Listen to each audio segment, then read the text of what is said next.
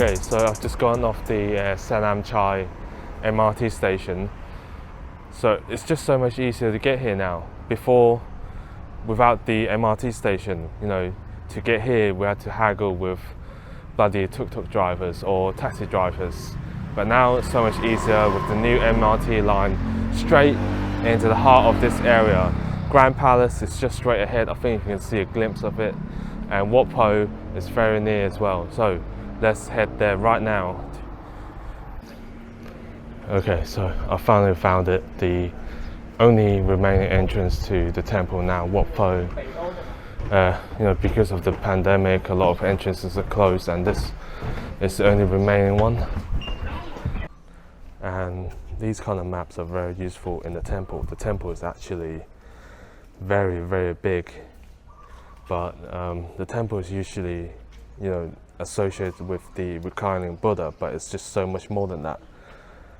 And as you can see, there's about 30 different locations you can visit here, because that includes 30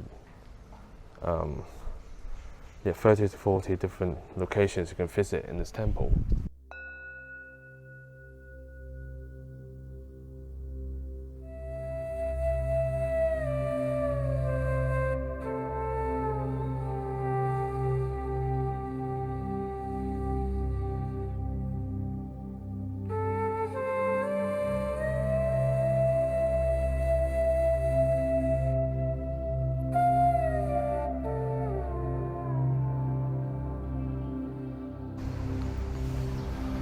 And we are approaching the Reclining Buddha. Definitely one of the most popular destination in the entire temple.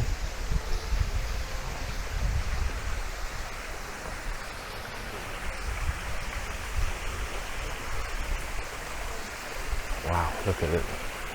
Even the exterior temple looks like they're doing some maintenance on this place, which is always good to see.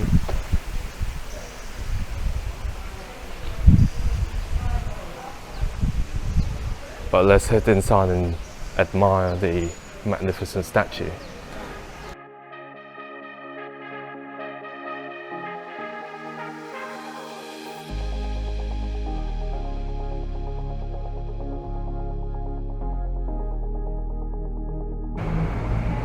Look at how amazing this structure is.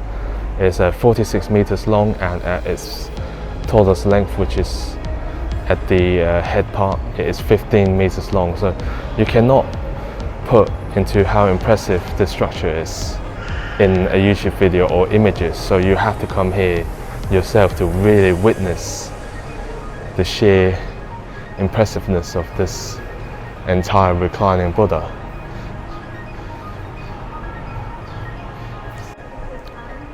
So at the sole of the Buddha's feet, there are 108 different panels crafted onto the Buddha's feet, and each of these panels have a special meaning.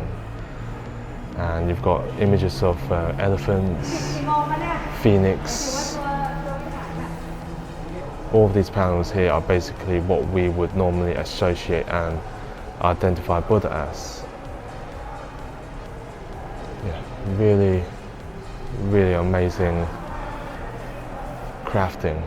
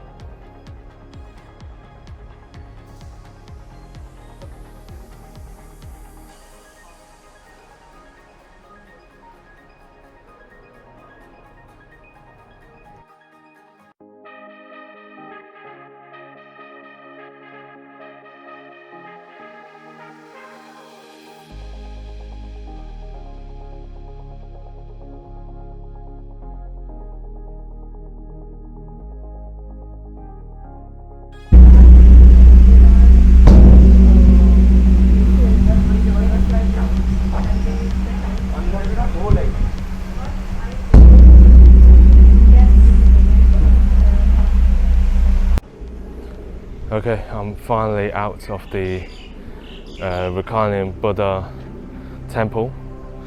Let's see what else we can find in this massive Wat Pho Temple. Really nice experience. Probably the most impressive Reclining Buddha structure I've seen.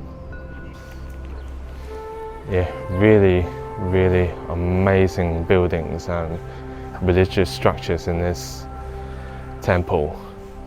So a little bit of history in this temple is first built in the 16th century, and the temple has undergone many different redevelopments, which normally happens during the change of hand in terms of governments or kingdoms. And it's developed into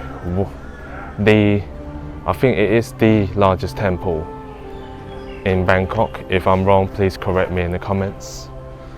Back in the 18th century, I think, this place was turned into kind of a royal garden, so they put a lot of resources into developing this entire temple. So that's why it's more like a mini city.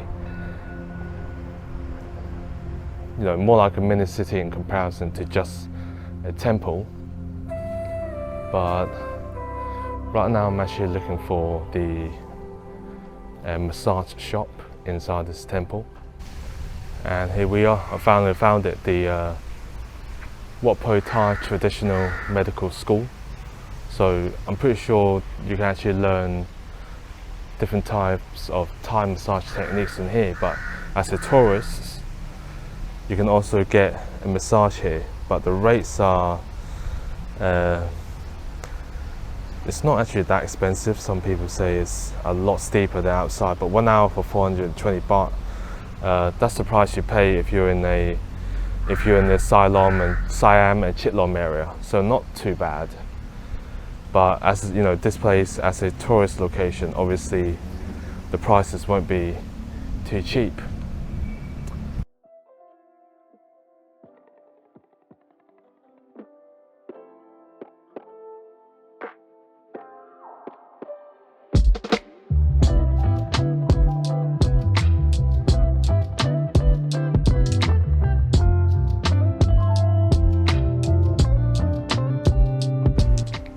Another must-visit spot inside the Wat Pho Temple is this destination number 25. I think it's called Phra, Maha, Chedi. A really beautiful spot, especially these tall towers.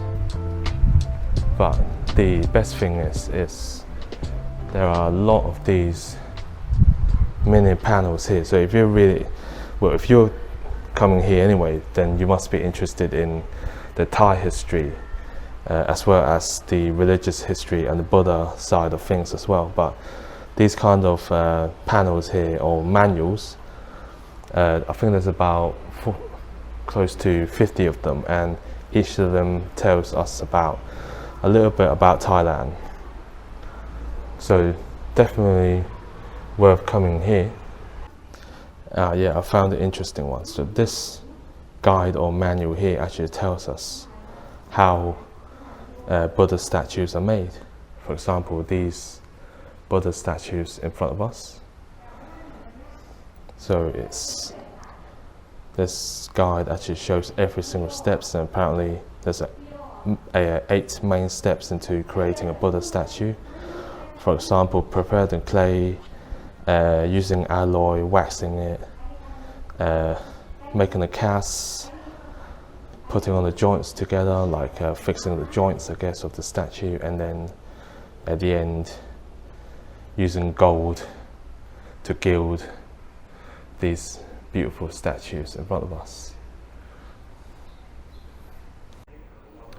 And look at the interior of the MRT station. Really beautiful, right? Probably the best looking MRT station in Bangkok. And looks like they built it around just like part of the Grand Palace.